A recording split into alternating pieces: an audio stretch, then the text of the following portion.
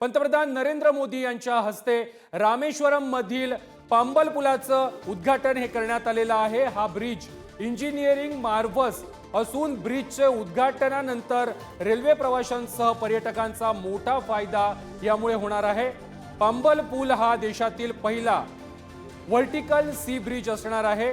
नवीन पांबल पूल हा 2.5 किलोमीटर लांबीचा आहे। याद्वारे रेल्वे गाड्या देशाच्या मुख्य भूमी आणि रामेश्वरम बेटामधील समुद्रातील अंतर हे 5 मिनिटांपेक्षा कमी वेळामध्ये ओलांडू शकणार आहेत। जुन्या पुलाला 25 ते 30 मिनिटे लागत होते, मात्र आता यामुळे वेळ देखील वाचणार आहे। नवा पांबल ब्रिजला नव्या तंत्रज्ञानाने पुनर्विकसित करण्यात आलेला आहे। पांबल पुलाची निर्मिती ब्रिटिशकालीन होती आणि त्याचं आता पुन्हा एकदा आधुनिकीकरण करण्यात आलं आहे।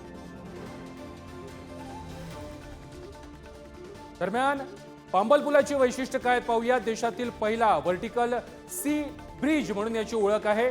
नवीन पूल 2.5 किलोमीटर लांबीचा आहे।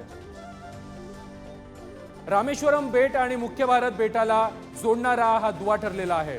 पुलाखालून 72.5 मीटर लांबीच्या जहाजांना जाता येणार आहे। पूल हायड्रोलिक लिफ्टनं वरती उचलला जातो।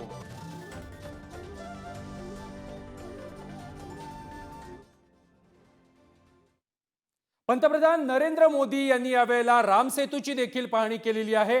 श्रीलंकेवरून परतताना राम सेतूचं दर्शन देखील पंतप्रधान मोदी यांनी घेतलेलं आहे। पंतप्रधान मोदी 2 दिवसीय श्रीलंकेच्या दौऱ्यावर होते, त्यानंतर भारतामध्ये परतताना त्यांनी राम सेतूचं आज दर्शन घेतलेलं आहे।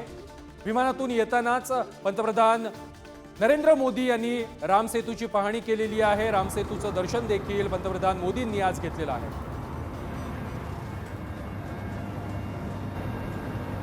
Thank you.